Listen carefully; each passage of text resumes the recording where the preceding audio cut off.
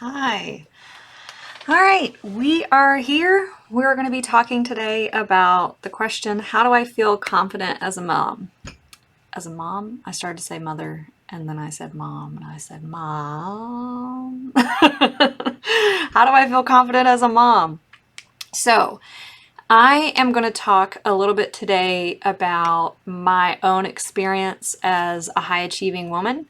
And I am curious if you also identify as a high achieving woman, let me know. And if you don't, then I'm curious why you don't, because you probably are. But so what we're going to break down today, we're going to talk about why you might not be feeling like a confident mom, what might be holding you back, things you might have learned in your life that may be contributing to that. We're going to talk about why those external cues that you may have relied on in life are not the most supportive in motherhood.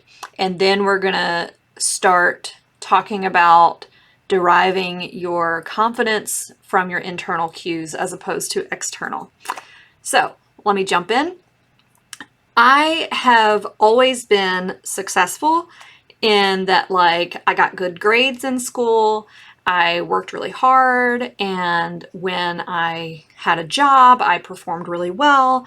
And that doesn't always mean that I felt like I was doing a good job. I would say a lot of the time I felt like I wasn't doing a good job. But for the most part, I did a good job at whatever my job was. I did a good job. I worked really hard. And so by the metrics of success, I was high achieving, right? And so what that does is that can tell me that I learned how it kind of goes back in with a lot of things that I talk about is like, where did you learn that you were okay, that you were good enough? And for me, a lot of that was learned in like my performance reviews or the grades from my school. And so it was like, okay, I'm good at this because I'm getting a good grade. And so I know what I need to do to keep getting good grades. I know what I need to do to keep doing good in this job. And so what that meant was that didn't mean that I was like a crazy person. I wasn't like being unreasonable or acting insane. I knew that these are the things I need to do to know that I'm doing a good job in this role. And if I'm not getting those things, if I'm not getting good performance reviews, if I'm not getting good grades, that is an indicator to me that I'm not doing a good job. Like, that's just very logical, right? So it makes sense that when we become a mom, we're like, okay, what are those metrics? How do I know if I'm doing a good job? Because when I was in school, I had grades to tell me I was doing a good job. When I was working, I had performance reviews to tell me I was doing a good job. So in all of these different roles, there's always been external metrics that tell me if I'm doing a good job. And I learned that system very, very well. And I'm very good at finding the metrics that tell me I'm doing a good job or not. And I'm very good at making adjustments to ensure that I'm going to continue doing a good job, right? Because I care about that. I care about doing a good job. The problem with parenthood is, what are the metrics? Are we going to say like, oh, I'm doing a good job if my baby is gaining weight? Well, that's problematic because you can feed your baby, you can set up the environment to support your baby, but if your baby's not gaining weight, like, that doesn't mean that it's your fault. And that's a really scary one, because then it's like, oh man, well, it used to be I'm not doing a good job and I got a bad performance review. Now the stakes are much higher. Now I'm not doing a good job and oh, now my child's health is at risk. So we've got much higher stakes and we don't have those metrics. So a lot of us high achieving moms, whether we feel high, it doesn't matter if you feel high achieving, it's whether or not, like, historically you made good grades, you did good at work, if things like that. Even if you don't feel like it, that means that you have learned this system to look for the metric that tells you if you're doing a good job And that metric is never inside yourself. It is always exterior metric, because that's the way the world works. Your boss doesn't say, like, do you feel like you're a good employee? Because that means you're good. That's not how that works. So in motherhood, we don't have these metrics, right? Because your kid may or may not eat, your kid may or may not backtalk. And so then you have to come with a choice. Like, I think that when I was a child growing up, and probably when you were a child, the focus was a lot different. A lot of parents focused on obedience and, like, I want my child to obey and jump when I say jump. So now in today's world, there has been a lot of research that indicates that if a child blindly obeys and does exactly what you say instantly, they are also more susceptible to predatory behavior, and they feel less confident in saying no around other maybe unsafe adults or even unsafe playmates. So that is not necessarily a focus, but back then those parents might have said, well, my kid is a good kid, I'm doing a good job, I'm a good parent because they listen to me every single time. And now you don't have that. So that's one reason. So part of it is that the metrics have shifted. And the reason it's good that the metrics have shifted, because you can't really measure, are you doing a good job by your child's behavior? And like, I speak as someone who has two completely opposite children. My daughter is fairly easygoing. I think if she were an only child, she'd be like super happy. The issues come with her when we can't do what she wants, but what she wants to do is never really that bad. It's like she wants to play this board game instead of that one, or, you know, it's not like she wants to jump off the roof. Like my son. My son is, he has a mild diagnosis of autism spectrum disorder. And so he is much more challenging. And if which I tried to do as a young mother, I tried to measure my success and whether or not I'm a good mom based on his behavior, based on, is he obeying me? Is he having less temper tantrums? Is he hitting his head less? Like hitting his head as in like falling off of something because he's been climbing up. So at one point I joked when he was like maybe not even a toddler, but at some point I was joking. I was like, oh, he only hit his head one time today. That's like a win. But when you have these high energy kids, it just is a very different experience to raise them and try to keep them just physically safe. Because I can tell you for certain that keeping my daughter physically safe is phenomenally easier than keeping my son physically safe. And like physical safety is not the only priority, but you see what I'm saying here. There are just too many ways that we could measure our value as a parent. Are we doing a good job? Are we not doing a good job? And so the reason that I talk so much about know yourself, know your priorities, is because of this. Because there's a million different things. Like you, and if you have a partner or a co-parent, whomever you are parenting with, figure out what is it that you really care about? What are the values that you want to instill in your children, and how can you do that? I've read, I don't know how many children's parenting books, but one of them is No Drama Discipline, and he talks about 3 questions with behavior issues, and I'm expanding that to this as well. Like, why did they behave that way? Are they maybe cranky, tired, angry? What do I want to teach them, and how can I best teach it? So if a child is tired and they're having a tantrum and they throw their milk on the ground, if I scream at them, that's not really going to teach them that we need to be more careful around the milk. Like, what is it that I'm trying to really teach them? So that comes into this larger conversation of what are my values for my children? What do I want to instill in my children? And that conversation needs to happen outside of like your everyday. Like you're not having that conversation while you're trying to get your kid to do something.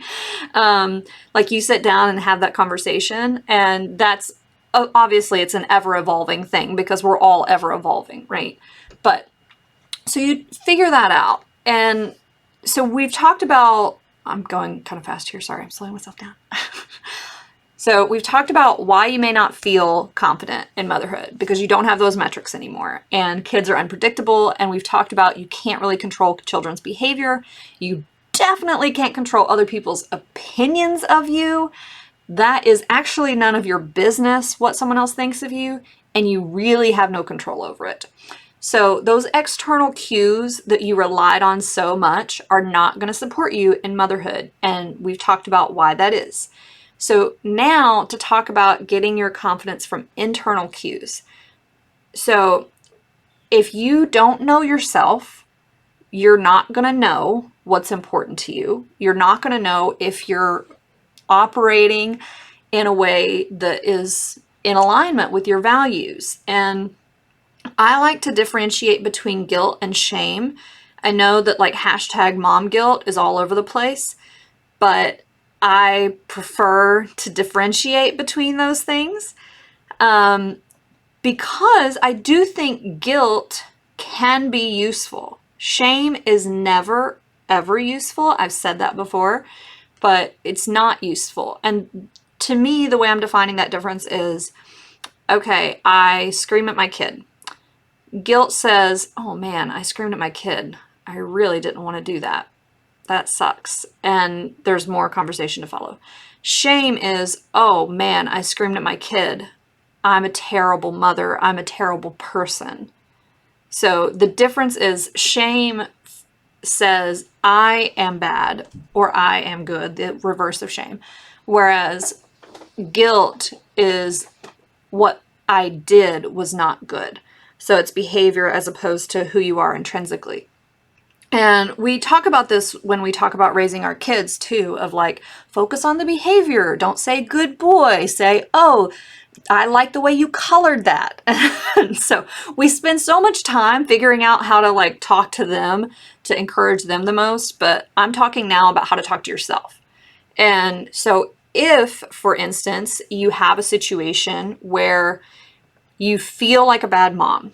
Okay, so you're in this situation, you feel like a bad mom. Maybe you just exploded at your kids or whatever. So in that moment, are you a bad mom?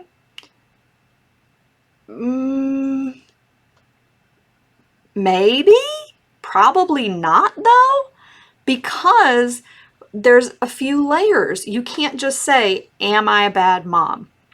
Because the answer to that is like, always no. Like if we're telling our kids, you made a bad choice, you're not a bad person, then how can we say to ourselves, I am a bad mom, as opposed to I made a bad choice?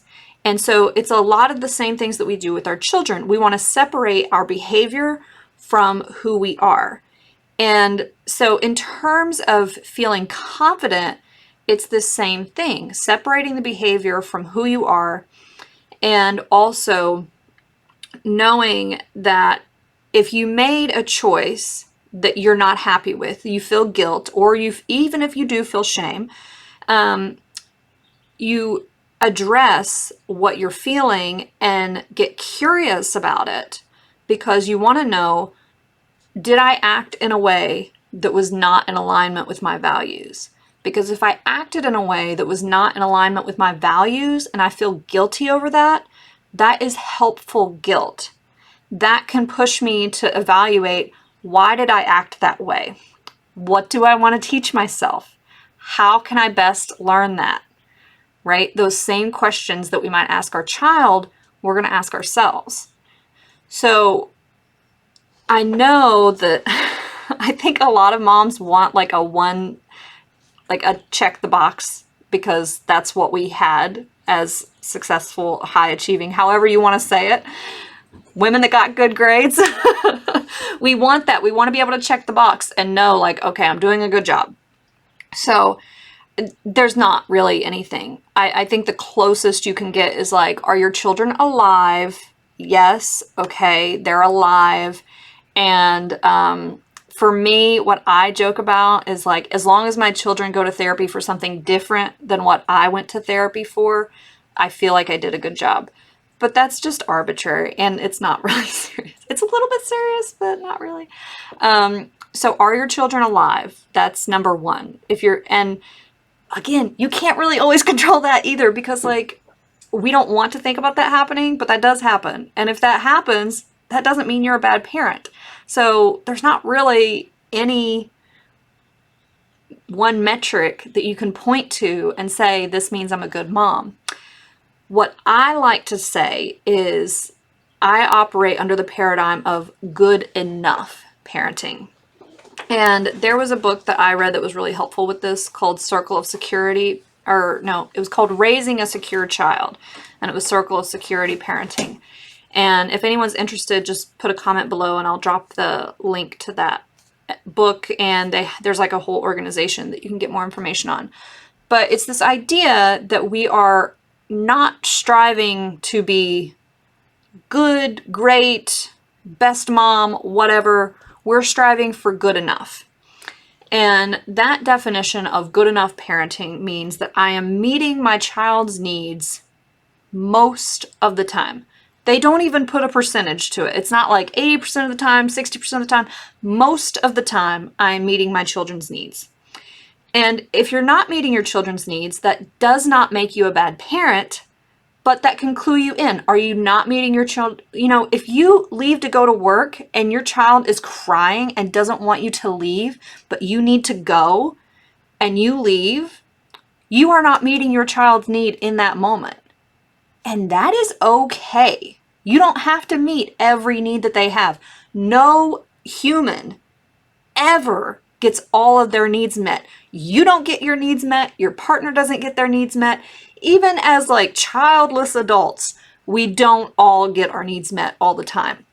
And your children do not have to have their needs met all of the time. So are you meeting your children's needs most of the time? In the same way that like it might hurt, it might make you sad when you leave because your child is crying and they don't want you to leave, or you do daycare drop off and they're bawling, but you have to go. And in the same way that that might hurt, but you're not doing something wrong. You're not a bad parent for going to work. It's the same when in that situation, it's a timing thing. It's a logistics. But the same is true when you're having a bad day. When you're having a bad day and you are short-tempered and you lose it on your kids, you need to figure out, why did that happen? How can I prevent it in the future? What do I want to learn? How can I best learn it? But it is no different morally than you having to leave to go to work. And that is the thing that a lot of moms have a hard time with. But I'm telling you, that is true. You are not meeting your children's needs. And the other thing, like, our mom brains are so good at like coming up with random crap. So one of the ways that I like to deal with mom guilt and shame is to trick it. And so if you're so consumed with, am I a good mom? Am I a bad mom? Remind yourself that that is self-centered. You are focusing on you right now. And the goal is not really, are you a good mom? It's, are your children's needs being met? Because when you're saying, am I a good mom? Am I a good mom? Am I a good mom? You're not selfish. You're wanting to do good by them. But what is happening is your mind is focused on you. And if you are focused on you and whether or not you are doing a good job, whether or not you are enough, you cannot see what is happening with your child to evaluate how to best meet their needs. What do you think? I love having these conversations with actual people, but I would love some feedback. What do you guys think about that? So, I'm definitely happy to talk more about these topics. I love talking about this, and I know it's something that a lot of moms struggle with, learning to feel confident in motherhood. And it is a process, so I'm not going to sugarcoat it, because it's not like there's this metric and you look at it and you decide you're doing a good job. It's an ever-evolving thing. And you can feel more confident about it when you start taking care of yourself and actually feeling like you are good enough, and you recognize that it's not really about whether or not you're a good mom or a bad mom. It's about whether or not your child's needs are being met. And your enoughness does not really come into that. You are enough. You don't suddenly stop being enough because you're an adult. So, hopefully you didn't transfer the question from the way my brain initially, when I heard that, was like, oh, so it's not really, am I a good enough mom? It's like, am I meeting my children's needs enough? And I just replaced good mom with meeting my children's needs enough, which was also, I was still measuring myself, my value by that. But the goal is that you get to a place where you can say, okay, I'm good, I'm done. So, all right, that's all I've got for you guys today.